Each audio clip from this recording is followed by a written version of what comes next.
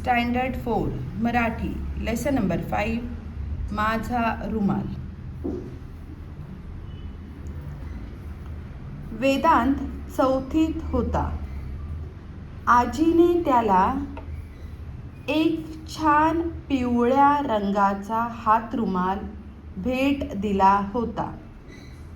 त्यावर तिने त्याला आवडणाऱ्या निळ्या रंगाची नाजूक फुले विणली होती. वेदांतला तो रुमाल खूप आवडायचा. तो नेहमी रुमाल जपून खिशात ठेवायचा. मधल्या सुट्टीत जेवण झाल्यावर त्याने हात पुसण्यासाठी रुमाल काढला. मधल्या सुट्टीनंतर शाळा भरल्यावर नेहमीप्रमाणे वेदांत वर्गात जाऊन बसला. घाम पुसण्यासाठी त्याने रुमाल काढायला हात खिशात घातला, पण रुमाल नव्हताच. तो विचार करू लागला, रुमाल कुठे पडला असेल?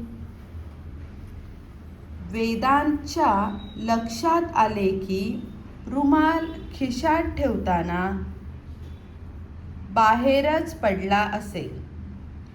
शिक्षकांचे लक्ष त्याच्याकडे गेले. त्यांनी त्याला विचारले, काय झाले? तेव्हा त्याने घडलेला प्रसंग सांगितला.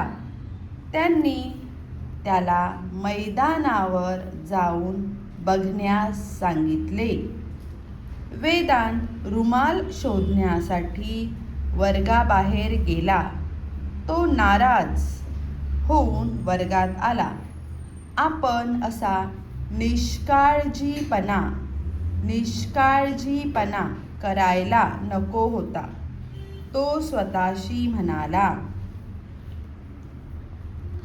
आजीने दिलेला रुमाल हरवला याचे त्याला वाईट वाटले. एवढ्यात शिपाई मामा वर्गात आले आणि म्हणाले, हा रुमाल कोणाचा आहे? शिपाई मामांच्या हातातील रुमाल पाहून वेदांतला आनंद झाला. वेदांत लगेच हात वर करून म्हणाला, हा रुमाल माझा आहे. धावत पुढे जाऊन वेदांतने रुमाल घेतला. वेदांतने रुमालाकडे बघून मनाशी ठरवले की यापुढे आजीने दिलेला रुमाल सांभाळून ठेवायचा.